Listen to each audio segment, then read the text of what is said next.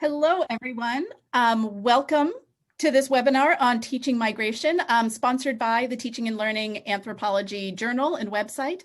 I'm Angela Jenks. I'm an associate professor of teaching at the University of California, Irvine, and the current editor-in-chief of the Teaching and Learning Anthropology Journal. So Teaching and Learning Anthropology mostly publishes a journal, and we host a website of open access educational resources. And so this event is designed to kind of contribute some of those resources, particularly focused around teaching migration. So thank you all for being here this evening. I know it's in the midst of pandemic upheavals, a US election that has significant implications for immigration and human rights policy. And so this session actually developed out of the journal's June 2020 issue, which focused on teaching migration. And so we hope that we'll be able to use our time tonight to reflect a little bit on what role anthropological teaching and pedagogy can play in challenging structural inequalities and in advancing social justice related to global migration. I think you see on your screen, do you still see it on your screen? A little bit of an overview of how this session will run tonight. Oh, thank you. So I'm pleased to introduce our three guests in one moment, all of whom have written books or produced films that are well designed for use in undergraduate classrooms in particular, but for teaching and public education more broadly. So we'll begin with a brief 5-minute remarks from each of our presenters and guests tonight about their work and what they hope are the central lessons that students will take away from their work. Next, we'll have a roundtable conversation about teaching migration and public anthropology. We'll then share some specific resources and strategies that can be used to teach either the work of the presenters this evening or about migration more generally. And then we'll have time for questions from participants. You are welcome now to put questions in the chat function. We probably won't stop to answer them while we're doing the presentations, but then we'll have time at the end for questions. So we do want to make sure that everyone has a chance to speak tonight, and sharing time cues is a little more challenging on Zoom than in person. So I apologize if we might need to interrupt, to unmute and interrupt. We have Melissa Gauthier here tonight, who's the Communications Director for Teaching and Learning Anthropology, who will be monitoring the time. Reviews editor Nina Brown will be monitoring the chat. So if you have trouble hearing or any sort of technical problems we can help with, or questions you'd like to come back to, please put those in the chat. And then online content editor Katie Nelson will be moderating the Q&A and any other sessions if necessary, or parts of the session if necessary. Does that work for everyone? All right, well, welcome to our three speakers this evening. Ruth Gomberg-Muñoz is an associate professor of anthropology at Loyola University, Chicago. Her research and teaching interests focus on political economy, migration, Latinx communities in the United States, race and class, applied anthropology, and urban ethnography. Her first book, Labor and Legality, an Ethnography of a Mexican Immigrant Network, explored how undocumented workers in Chicago negotiated perceptions of their labor as they struggled to attain autonomy, security, and dignity. Her second book, Becoming Legal, Immigration Law and Mixed Status Families, followed undocumented people and their family members as they undertook immigration processing in an attempt to gain legal permanent residency. Her current research is with deportees' rights organizers in Mexico City. And Dr. Gomberg-Muñoz has also been an ethnographer and advocate in Chicago's immigrant rights movement since 2006. Sarah Horton is with us tonight. She's an associate professor of anthropology at the University of Colorado, Denver. Her areas of expertise include Latino health disparities, migration and transnationalism, migrants' access to care, cross-border health, and farm workers' occupational health. She was research faculty at the University of California, San Francisco from 2005 until 2007, where she served as lead ethnographer on an NIH-funded study of oral health disparities among Mexican-American farm worker children. Her book, They Leave Their Kidneys in the Fields, Illness, Injury, and Illegality in California's Central Valley, examines the way immigration control policy, combined with a higher burden of chronic disease among farm workers, contributes to heat deaths in California's fields. Her newest book, edited with Josiah Heyman, is Paper Trails: Migrants, Documents, and Legal Insecurity. And then Isabella Alexander-Nathani is a filmmaker, educator, and human rights activist. Trained as a cultural anthropologist, her work is motivated by her belief that storytelling has the power to humanize complex political issues and bring positive social change.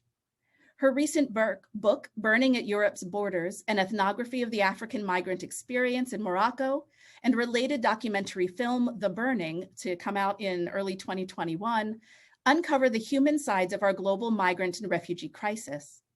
She currently serves as founder and CEO of Small World Films, a nonprofit production studio, which uses grounded research and social impact storytelling to lift the voices of marginalized populations to the global stage and fight for international policy change.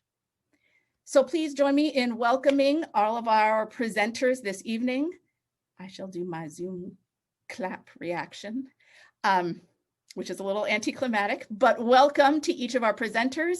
I'm now going to turn it over to each of them. We'll begin with Ruth, if you want to say a couple of introductory comments about what you hope students can get out of reading much of your work.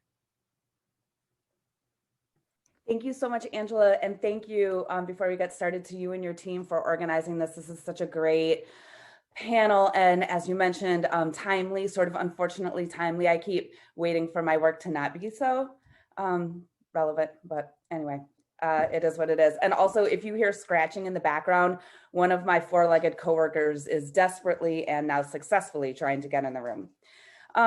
So I was thinking about this question, and actually Sarah and I were texting earlier that it's hard right now to wrap our minds around teaching when, you know, us and our students as well are sort of feeling really overwhelmed by the political climate. And of course, that also is what makes this panel so important. So it is a really important question to be considering at these times. And I was thinking that I think, and I'm not sure, but I think that my approach to teaching migration that's most apparent in the book sort of stands on three legs. And the first of those legs is presenting accurate information clearly. And that, you know, when we're talking about migration, there's just so much misinformation. I mean, I sort of joke around that, like, if I were a nuclear physicist, people wouldn't argue with me at parties about like my expertise. But when you teach migration, it's interesting because it's one of those subject areas that people really think that they know a lot about. And so one of the challenges is just making sure that people have accurate information, research-based information, empirical information, like, are raids bad for people? How do we know, right? We have research on this, and also presenting that as clear as possible. And so I'm going to tell you all a secret. You can't repeat it. I don't write for students. People say that like my books are written for students. They're not. They're written for me, because I find that if I can't understand what I'm arguing, then, you know, then it's no good for anybody, right? And so it just so happens that students can also read, you know, the way that I think. And so that clarity, I think, from beginning to end, following the evidence through the argumentation and back, is just so important.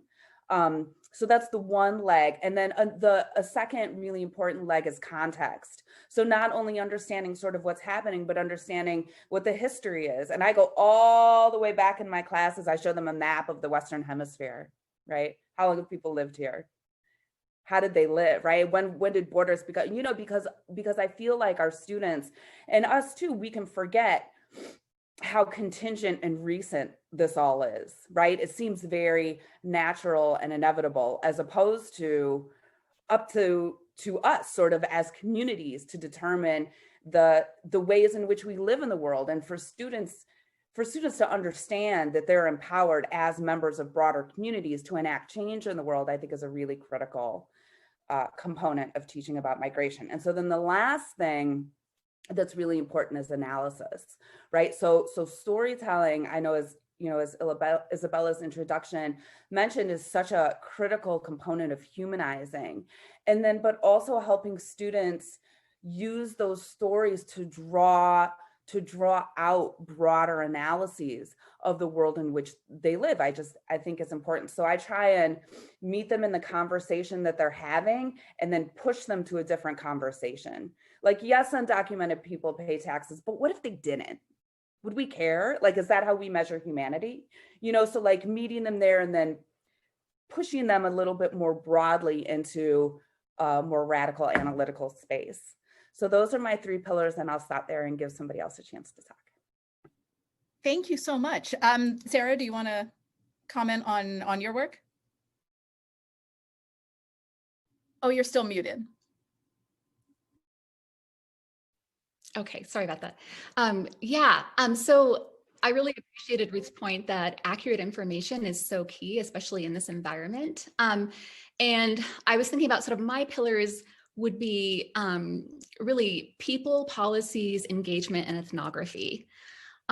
People, in the sense that I do agree that presenting compelling stories is really key to humanizing immigrants and to bringing their stories to life. Policies, in that I really want students to leave with the idea that all of our lives are intimately structured by public policy, and that improving our lives and immigrant lives is all about improving the policies that affect them. Engagement, in that I struggle and strive to engage students in issues related to immigration and to make them feel that they can create change. And finally, ethnography, in that I hope students can see the power of ethnography in humanizing immigrants and also bringing their realities to life. And I'll talk a little bit about the book that I wrote and what I hope that students get from the book, the 2 sort of main lessons I hope that they come away with from this book. So They Leave Their Kidneys in the Fields is an ethnography based on 10 years of fieldwork in California's Central Valley on the causes of the high rate of heat stroke among US farm workers. And you may know that statistics show that farm workers die in the fields from heat at a rate higher than workers in any other industry, and that Latino immigrant men face particular risk of heat death. And in public health studies and among labor supervisors and growers, heat death is often portrayed as due to farm workers' risky behaviors, as due to their drinking energy drinks or coming to work drunk, due to their not rehydrating or taking breaks. Or alternatively, the issue of heat death is naturalized in public discourse. It's portrayed as solely due to rising temperatures or due to the fact that farm workers have pre-existing conditions, diabetes, hypertension, and heart disease that may predispose them to dying in the fields of so-called natural causes. So the issue tends to be individualized or naturalized. And in my book, I try to counter these explanations by showing that heat stroke among farm workers is, of course, a human-made tragedy, that it's socio-politically produced. And my book really explores the labor, immigration, healthcare, and disability policies that force farm workers and immigrant men in particular to work through illness. So even though my book is about heat stroke, it really uses the heat stroke as a means of exploring the multiple domains of farm workers' lives, their migration histories and dreams of building nest eggs back in rural Mexico and El Salvador to return to, how the trend towards governing immigration through crime makes immigrant workers particularly vulnerable to labor exploitation, and why it is that so many immigrant farm workers are only diagnosed with serious chronic illness once it's past the point of intervention. And there are really 2 main lessons that I want students to take away from this book regarding immigrant workers. And the first central lesson really is resonant in today's era of COVID. And it's that public policies structure immigrant workers' workplace and health risks in ways that are extremely difficult for them to avoid.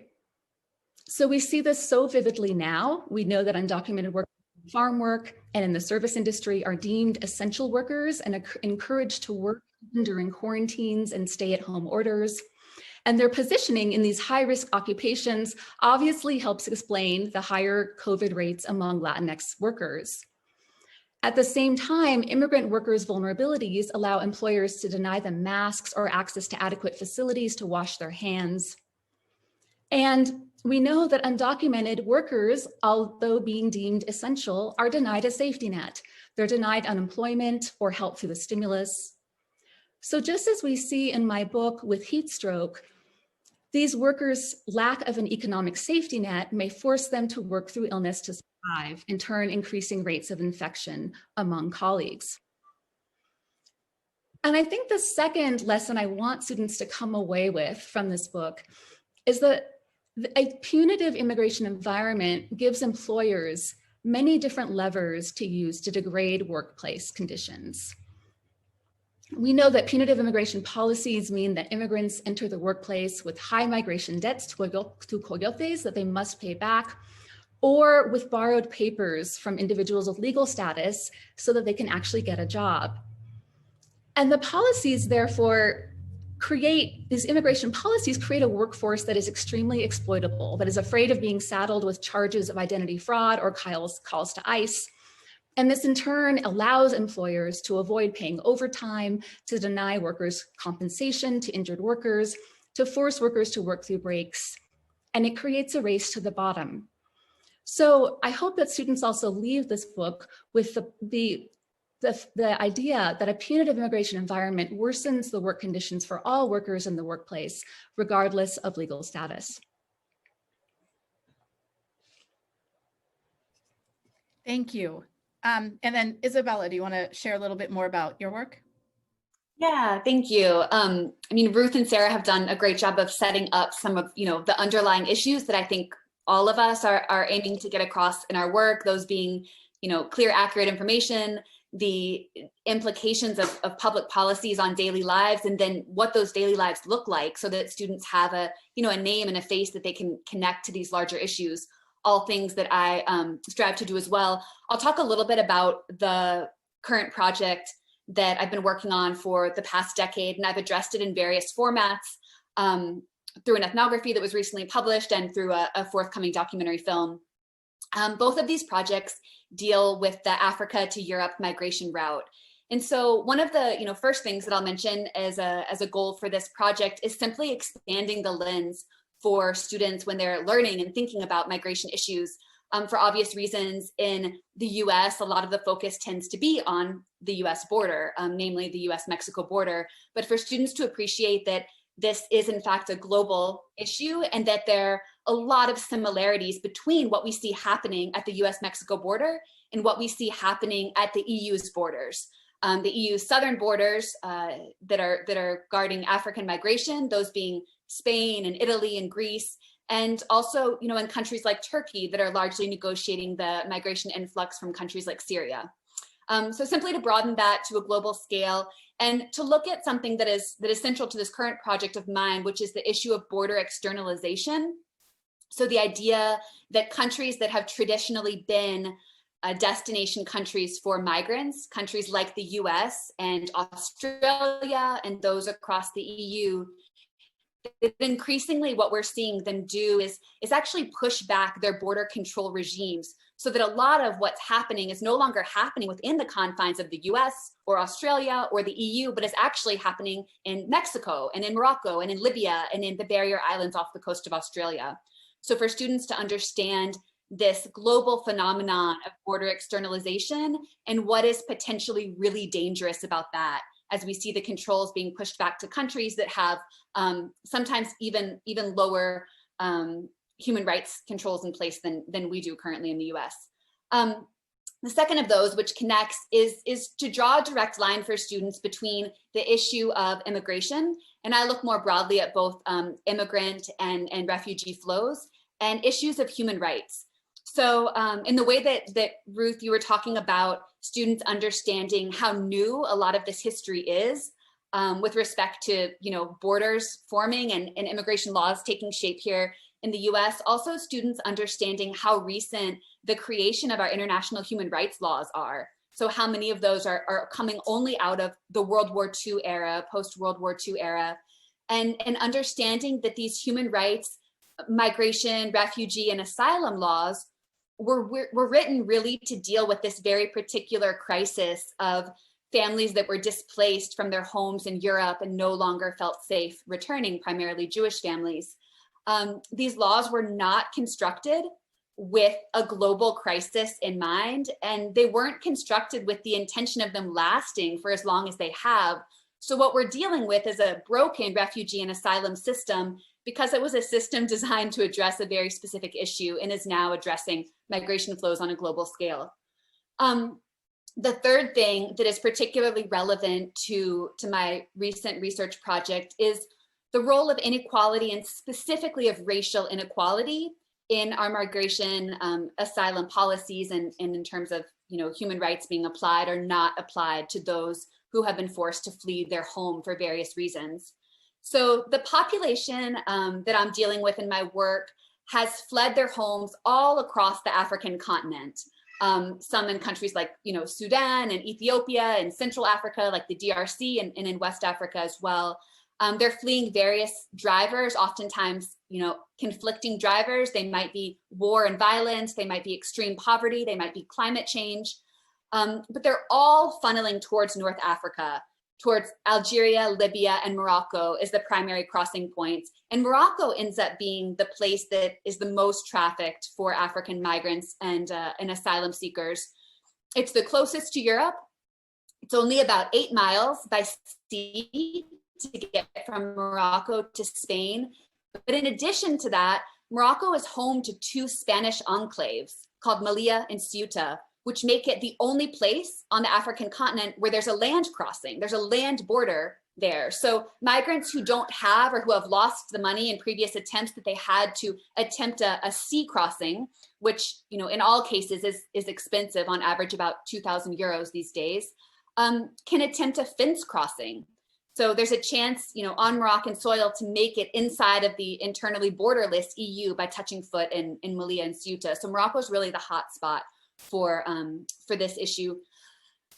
Those who make it into the enclaves, or who make it into the EU and then begin the asylum process, learn that human rights laws are not applied equally, and that the rejection rate for those who are fleeing anywhere on the African continent is about 92% right now. So only 8% of those who are applying for asylum and have left somewhere on the African continent will be granted it. So I talk a lot about the role of various factors like gender and age, and in particular race. So how has this criminalization of Blackness on a global scale made it virtually impossible for Black asylum seekers to assert their vulnerability? And lastly, I'm always interested in bringing film into the research projects that I do, and also into the classroom when I'm teaching about migration, just because I think it allows students to have that additional level of emotional connection.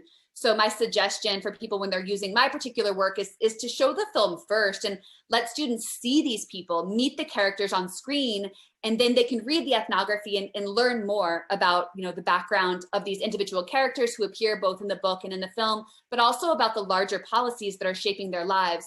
I try to do the same thing, regardless of the region that I'm teaching about. So I think in some of the resources that Angela will share later, I have some suggestions of excellent ethnographic films that can pair well with other ethnographies about different world regions.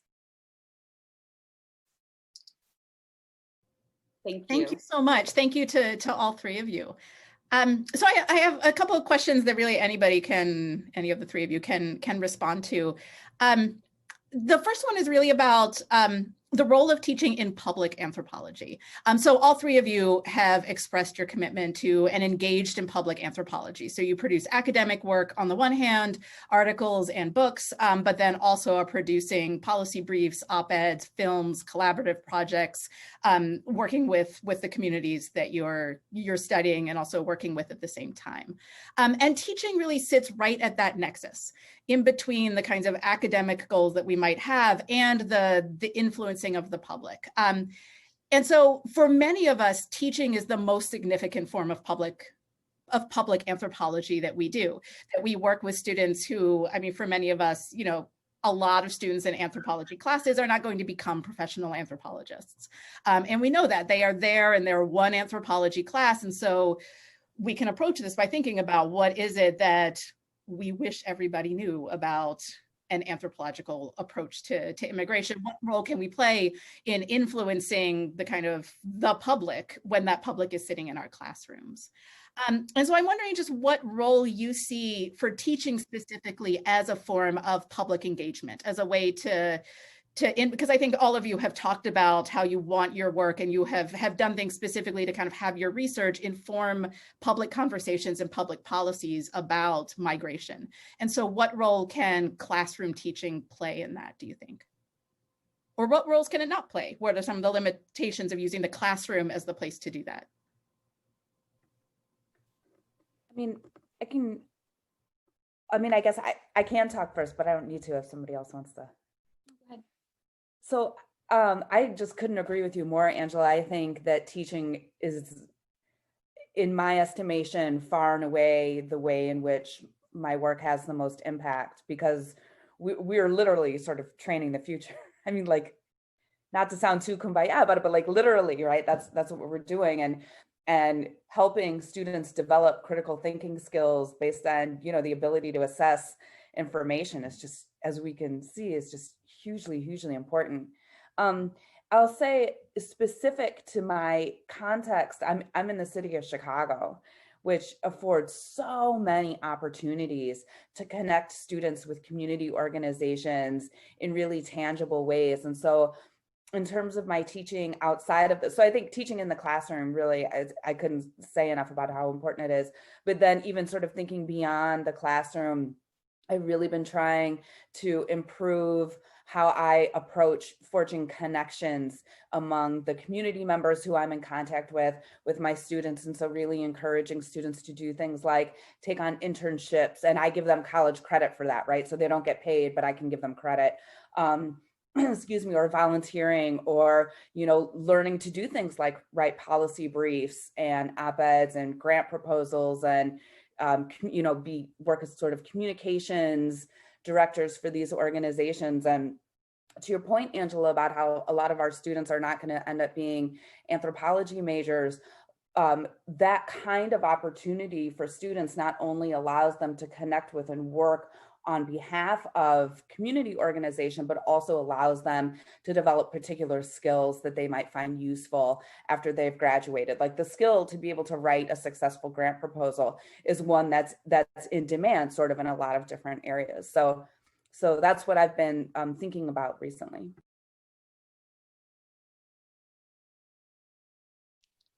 Do you want to speak, Sarah? Oh, I was going to jump in real quick just to talk a little bit about and then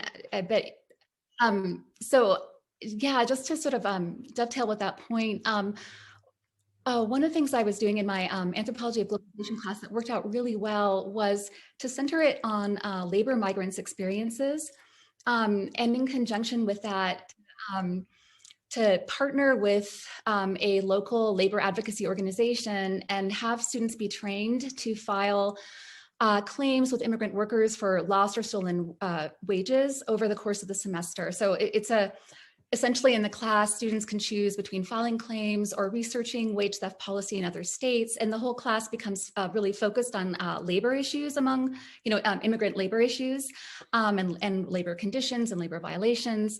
And I found that is, like Ruth said, a really great way of benefiting these nonprofits and giving students really valuable, practical, hands-on skills.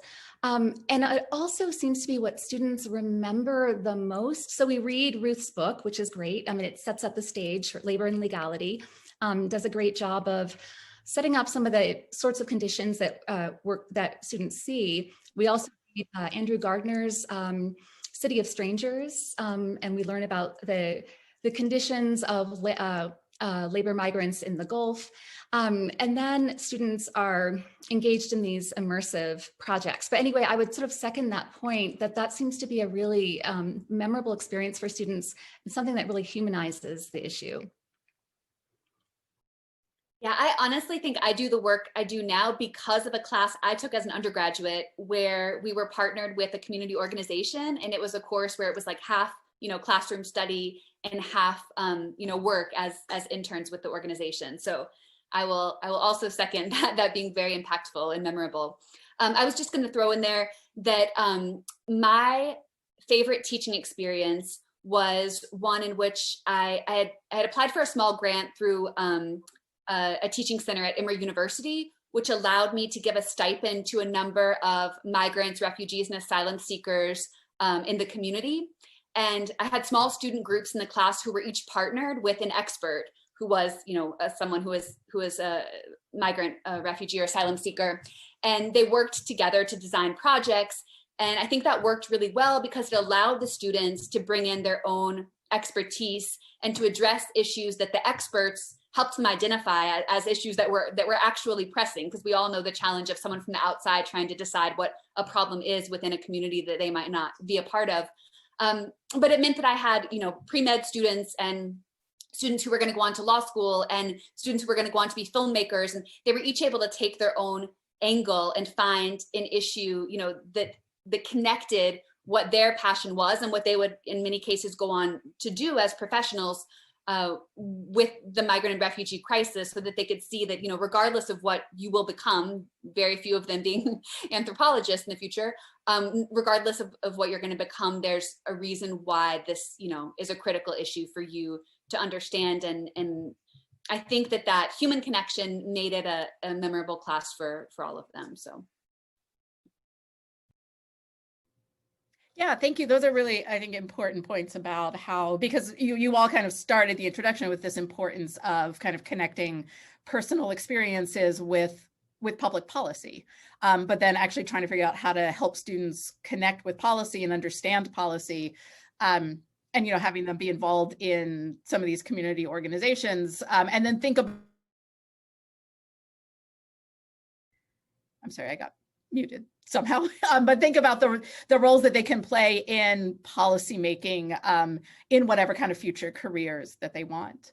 What are some of the challenges that have come up in either that approach to teaching and pairing? I can imagine there are some challenges in kind of pairing students with community organizations in particular, but other challenges that you've experienced in trying to communicate and teach about migration, and any strategies you could share with others for how, that you have figured out for how to try to address some of those challenges.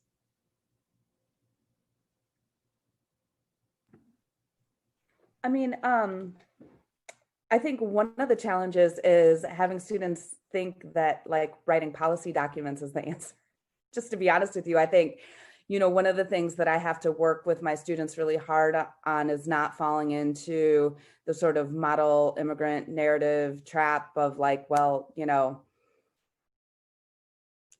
immigrants don't commit a lot of crime and like, pay taxes and therefore they deserve right, and I work at a Jesuit school. And so there's a very strong temptation to have that, what I would call an oversimplified understanding of the political economy, right, that gives rise to these policies. And then, of course, I think just more materially, and I'm sure that Isabella and Sarah can speak to this more, students are a pain in the ass. And I mean, right, they need a lot of training sometimes, and they can overestimate sort of their contribution. And so for me, because of the relationships that I have and the organizations that I work with, I'm really selective about the students who I pair with organizations. Yeah, I mean, I think it's an important point too, that there's a point where harm can be done if those pairings are not very carefully kind of monitored and supported. Yeah, absolutely.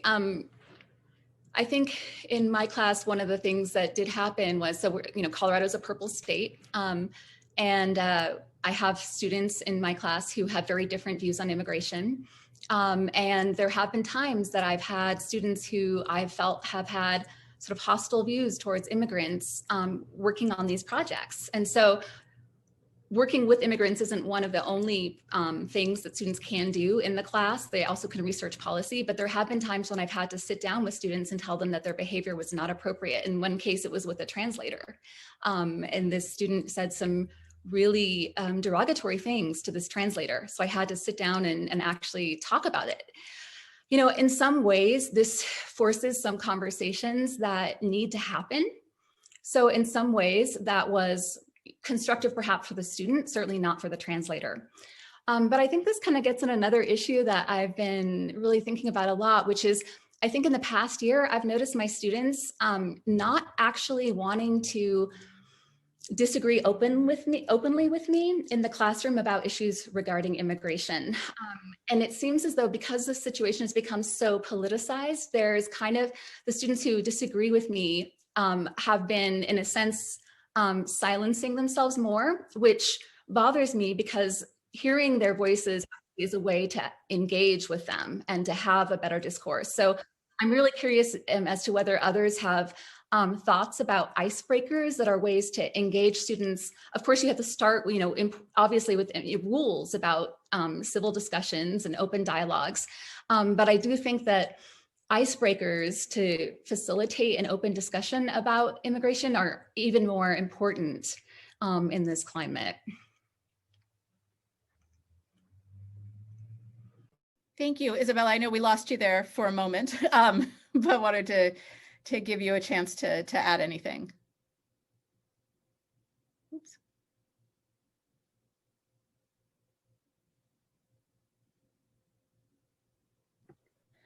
I'm just gonna sneak in while we're waiting for Isabella's technology. I actually want to just second Sarah's concern with that.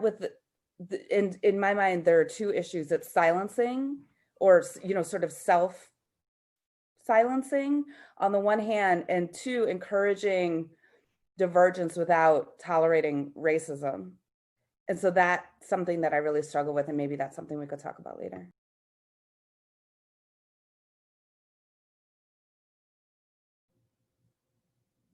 Yeah, I think that tends to be a challenge around a lot. I mean, it's a constant challenge, I feel like, in many of my classes, is trying to know, and also trying to know what is an educational moment, if we are in the business of educating, and what is unacceptable, and a boundary that I do not allow to be crossed. It relates to the next thing I was going to ask about. That's really, I'm trying to, sorry, see if we can get Isabella back in. About how teaching about migration might change depending on who your students are. So you mentioned, Sarah, like working in a purple state, and this is one of the issues that came up in the teaching migration volume that we had, that many people are teaching about migration to students who have learned everything that they've learned from, you know, Fox News. That's everything they know and the perspective they know. And others of us are teaching about migration to students who are migrants, and who are undocumented or who are in mixed status families. And so how that affects the way that we navigate some of these issues and what some of our goals around teaching might be. So I'm wondering if any of you have comments on that. And Isabella, we can start with you since you didn't have a chance to. I'm sorry, I switched rooms, so hopefully we'll have better luck, but you'll now hear my crying infant in the background. You know, for the past 5 years, I was teaching at a university in Georgia. So I was certainly teaching to a population of students, you know, who, as you mentioned, might have gotten a lot of their former education about immigration issues from Fox News, from family and from community members. You know, I have to say, I had found that bringing in individuals from, you know, other communities to be the experts and to lay some of the groundwork in the class was a really useful strategy for kind of leveling the playing field between students who might have had, you know, divergent opinions at the beginning of the semester. And, you know, I thankfully can't speak to any examples where I had students who were disrespectful to those guests in our class, or even to each other, despite the fact that they did have differing opinions. You know, I know that might not work for everyone and dependent on the student group that you're dealing with, but for me, having those individuals from the community be kind of the representatives of their own story was really useful, and really setting up the semester like that from the beginning.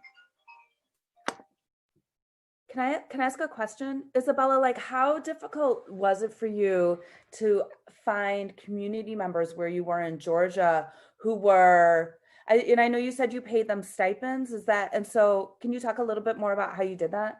Yeah, so in this one particular class that I was referencing, which was just such a wonderful class that I really enjoyed, I was able to pay a stipend to the community members because I had gotten a grant for the class and because I was expecting them to work over the course of the semester with their student groups. So, you know, they were working on a project, so they were meeting every week, you know, via Zoom and sometimes in person to work on these projects together. But in other cases where I've just had individuals come in for maybe one session, you know, to kind of do a Q&A or to lead a session, it was simply because I had worked with different organizations in Atlanta. And so it was always, you know, personal friends that I was asking to come in. You know, oftentimes people who worked in labor organizing with organizations and were excited to talk about the work that their organization was doing and also about their own personal experience. In some cases, individuals who worked with a school for refugee girls that I was a part of in Georgia. So it was just, you know, really personal favors with individuals who were longstanding friends. But, you know, there were some who weren't even based in Georgia who would come in, you know, thanks to the technology that we're all learning better to use in classrooms now because we're forced to. Thanks to that technology, I was also able to bring in, you know, individuals who were in Guinea and Morocco and in other places around the world to sometimes just for 5 minutes, you know, to do a quick Q&A with students. But I found that then, you know, being able to see a face and oftentimes someone who wasn't too different from them, you know, just because of the work that I do in the spaces in North Africa where the average age, you know, is 16 and a lot of the people who are stuck there are college age, you know, there was a natural rapport that developed between the students and the individuals who they were partnered with.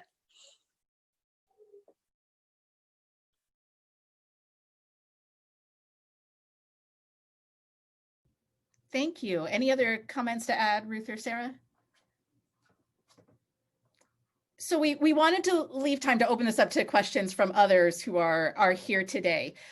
Before we turn to that, I do want to share a collection of resources that we've put together. I have put a link in the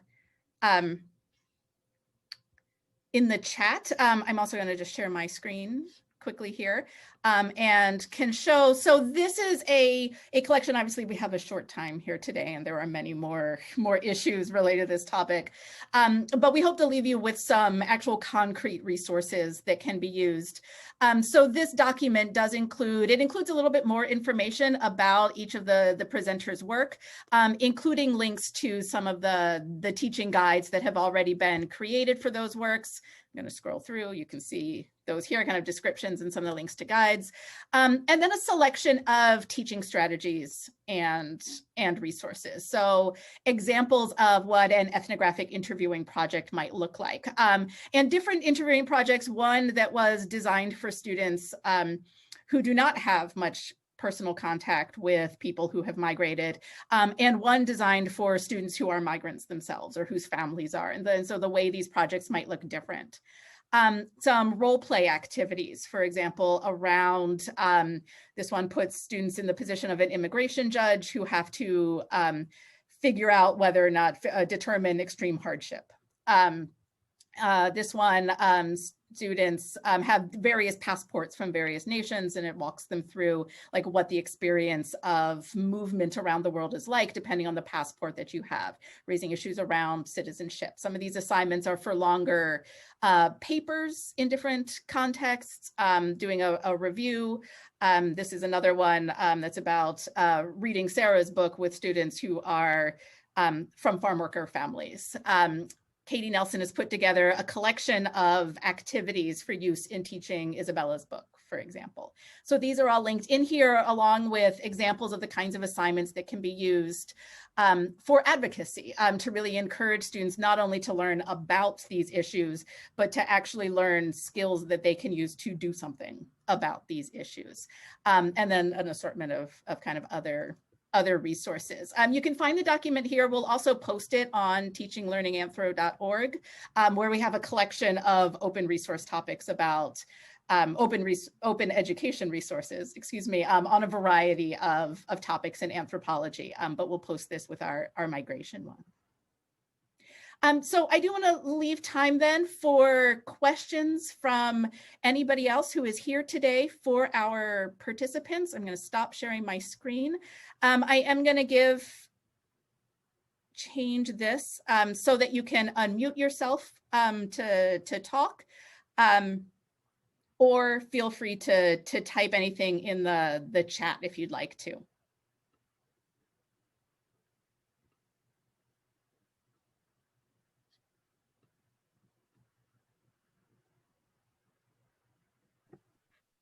Can I ask a question of an audience member? Mm-hmm. Caitlin, are you there? I am, I'm here. Will you talk a little bit about the assignment that you do when you have students interview each other? And how do you, like, do you ever have students in that class whose family migration histories are really, long ago? And can you just talk a little bit about that?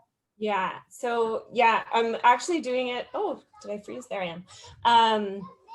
I'm actually doing it this semester I have an amazing group of students who are completely bilingual.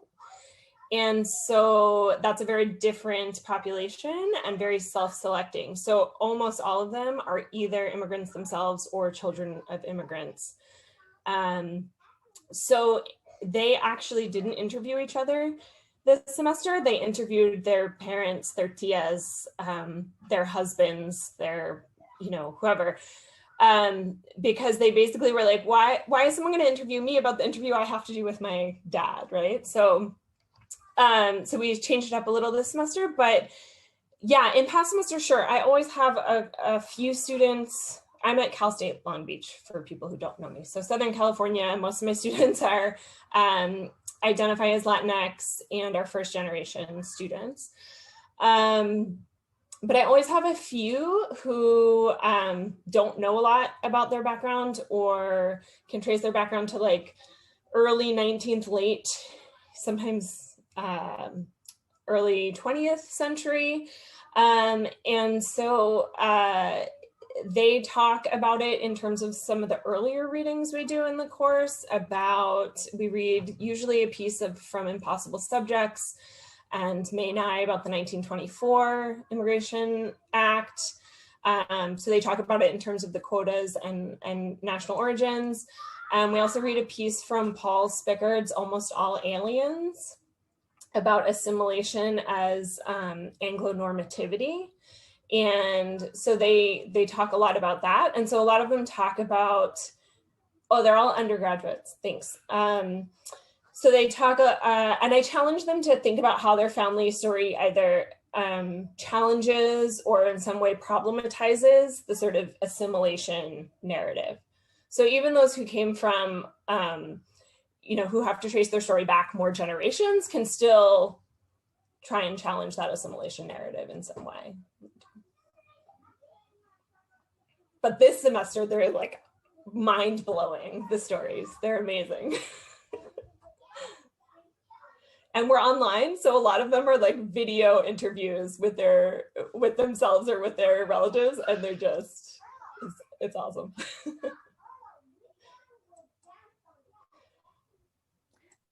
Ruth was asking in the chat, what's the name of the author who writes about Anglo-normativity?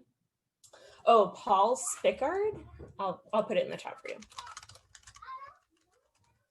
I'm wondering too if anybody has experience working with students in making kind of multimodal projects. Caitlin, this kind of reminds me, I know Isabella, you are obviously a filmmaker yourself. Do you lead students also in producing films and producing work or analyses that's non-writing based, and what are some of the possibilities for that compared to like the traditional paper assignments that we tend to use? Yeah, so when I was at Emory, I was doing, about half my classes in the anthro department and half in film studies. And I'm now doing work at the Promise Institute for Human Rights at UCLA, but specifically with students who are interested in bringing film and filmic research into their studies. So it's often the medium that I'm working with students. None of those projects have been specifically centered around any of these themes we've discussed today, migration or human rights or race. But because of the diversity of students in the class, it's oftentimes something that they are interested in exploring. And I do have one assignment I do with students at the beginning of the semester, which kind of reminds me of Caitlin, she was talking about with her interview assignment, where they make short autobiographical films. So sort of introducing themselves through this new medium to the other students in the class.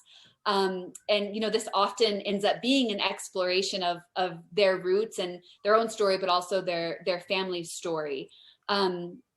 You know, I find that for students to have this additional medium for, you know, exploring race and nationality, if those are topics that are of interest to them, this just allows them to do it on a more personal and often more emotional and evocative level.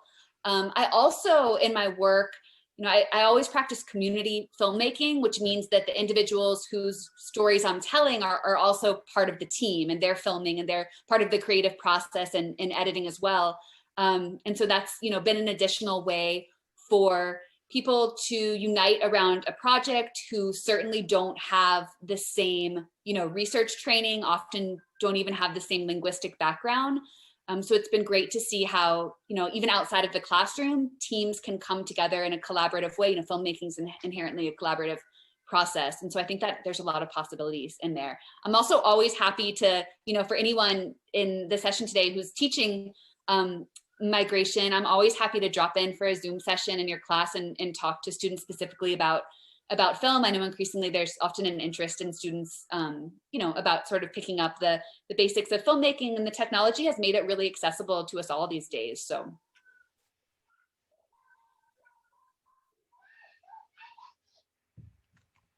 I wonder too about how film might address, like Sarah, what you were raising about the issue of how to build rapport in a classroom among students, as well as having them do kind of film introductions that are a little more personal sometimes than, well, while we're all online here, so many of us are online, then, you know, the discussion board posts, which are sometimes much less personal or less conducive to kind of building a classroom community.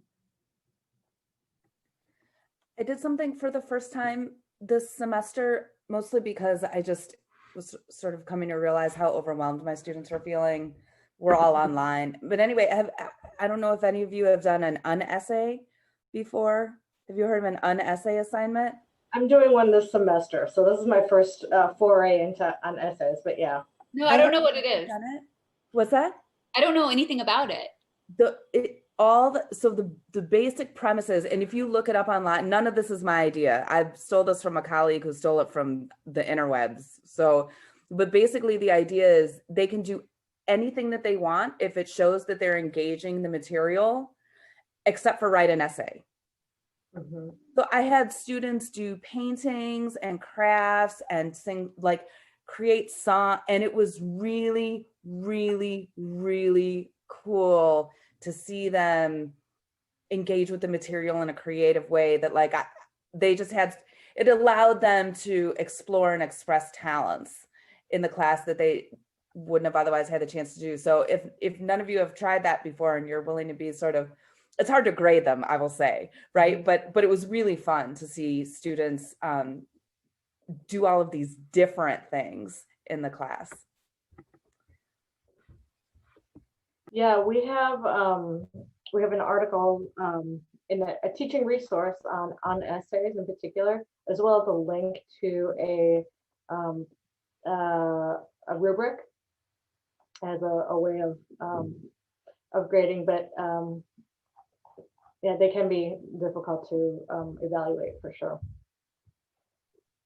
I think I've just found there's this vulnerability inherent in that kind of work. You know, whether you're asking students to make short autobiographical films about themselves, or I imagine if they're doing other kinds of creative work, you know, writing songs, and there's this, you know, they have to put a piece of themselves out there, and especially establishing the semester with an assignment like that kind of takes down some walls. And I find that I don't know how well it's going to translate to Zoom teaching, but certainly in the classroom, it made for a much better semester. Like the relationships that were built between the students, the discussions in class seemed much more intimate to me when I started the semester with an assignment that kind of forced everyone in the class to be a little vulnerable. I think it helps if you can do it yourself too, you know, as a professor, if you're willing to have some kind of creative presentation of yourself to the students and set the stage with that. Yeah, that's a really good point. Dahlia asks in the chat if anyone has tried to get students to explore their own migration stories. She wonders this could be particularly helpful for student audiences that are unfamiliar with new migrants and so on. Has anyone explored that as a technique? You know, no, sort of. I worry about putting students on the spot. Mm-hmm. But I mean, I have had students do interview. That's why I was interested in Caitlin's assignment, because I used to have students do interviews, and a lot of them did interviews like with their parents, but then I've stopped doing that because that interviewing people who you may not necessarily know it doesn't feel right to me anymore. But I bet it would be amazing. And I think, so I'm just thinking, I know we do like undocumented student ally training at Loyola. I'm sure a lot of your universities do too. And one of the things that undocumented students have urged faculty to consider is like using pre-recorded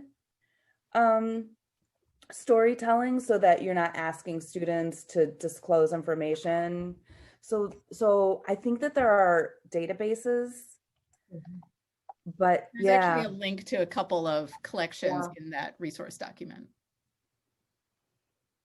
I've also tried this strategy, encouraging students to write about just a short, low stakes writing exercise about their own migration experience, and it's worked as a whole.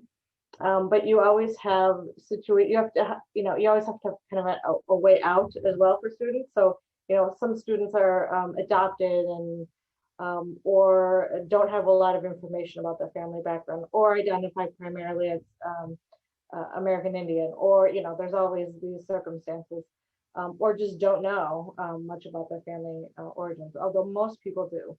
And students love talking about their family's background, be it, you know, recent migration or, you know, several generations prior. And I think that can make it,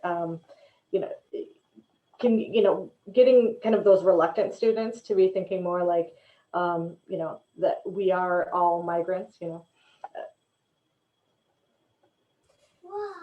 Can I add just two things? Yeah. Ruth, with what you were saying, so before I have my students do their family migration story assignment, we have a whole class discussion dedicated to, and I say it on the first day of class too, because I always have undocumented students in my class, but like, what are the risks and what are the benefits of revealing certain parts of your story publicly? Who are you revealing your story to? And so we have a long discussion about that. And then this semester, because they were interviewing, some of them were interviewing family members, we talked about, well, why might your dad not want to talk about leaving El Salvador in the 1980s, you know? And so like, maybe you could ask him other things. What parts of his story does he want to talk about? And you have to be respectful of that. So there's a big sort of disclaimer on all of the assignments and all over the course webpage that say, like, you never have to reveal more about yourself or your family story than you want to. I don't know who else is in this classroom necessarily, because I have in the past had, and Sarah, this gets to your point, like a self-declared white nationalist in the class. And so that feels like a really important disclaimer to have there for my other students. And then I also, you know, say that talking about why you don't know about your family origins is also an important exercise, and it relates directly back to the readings and the emphasis on assimilation, right? And so students often write about why they have no knowledge of their family history, or this semester a lot of students were writing about how they feel disconnected from their ancestral cultures because their parents didn't want them to identify as Mexican, right? Their parents wanted them to assimilate. So that's just two things that I do. Just hearing you say that, Caitlin, it seems like that's also those types of assignments that you're doing, and maybe Ruth that you're doing as well in the class, open up the possibility for you to have larger discussions about ethics with your students, right? And like, what are the ethical implications, not only of me, you know, in the safety of this classroom, well, maybe not so safe if you have white nationalists, but, you know, in this space, not only the risks of me talking about my story, but for those of us who might go on to do work in immigrant communities, I feel like that's always an important element to bring into the class so that students have an awareness of, you know, your responsibility as a researcher to make your research participants aware of what the risks might be of participating in whatever it might be, your, you know, an op-ed that you're writing or a film that you're making. So I think finding ways to not make ethics just like a one-day discussion or, you know, a check-off item on the syllabus, but to really weave a thread throughout the semester so that students are aware of how important that is to be constantly, you know, to be constantly thinking about. Thank you. I think that's a really important point, and something to be centered in a lot of these assignments. And I think a lot of you are also bringing up really the importance of knowing our students and understanding the way that certain kinds of assignments and discussions are going to resonate differently with different students. So discussing, you know, family migration stories with Indigenous students is very different than discussing them with African-American students or descendants of slaves in the United States who have a very different kind of history of having been stolen and brought to the United States, or with students whose families were refugees or those who immigrated for other reasons. And we often have all of these students in our classes at the same time. And so often trying to navigate these issues also means navigating who's in our classrooms. We are about out of time. I know we've barely scratched the surface of issues to discuss around this, but thank you so much to Sarah and Isabella and Ruth for joining us this evening. We have recorded this event, so we will be posting the recording along with the document of additional resources online so that it can be shared with others. But thank you so much for sharing your experiences, your research, and helping us all kind of think through how we can connect with students. Yeah, thank you so much for organizing it. It was such a pleasure to be a part of. I'll just throw out there again, I'm not teaching this semester, and I'm very much missing the connection to students. So if anyone wants a guest lecture on issues related to African migration or filmmaking, I'm happy to connect. I'm sure that you can share our contact with the participants today. Thank you. Thank you so much. Thank you to all of you. I hope everybody stays safe this week. I know it's a stressful week, but thank you so much for joining us this evening, and have a great night.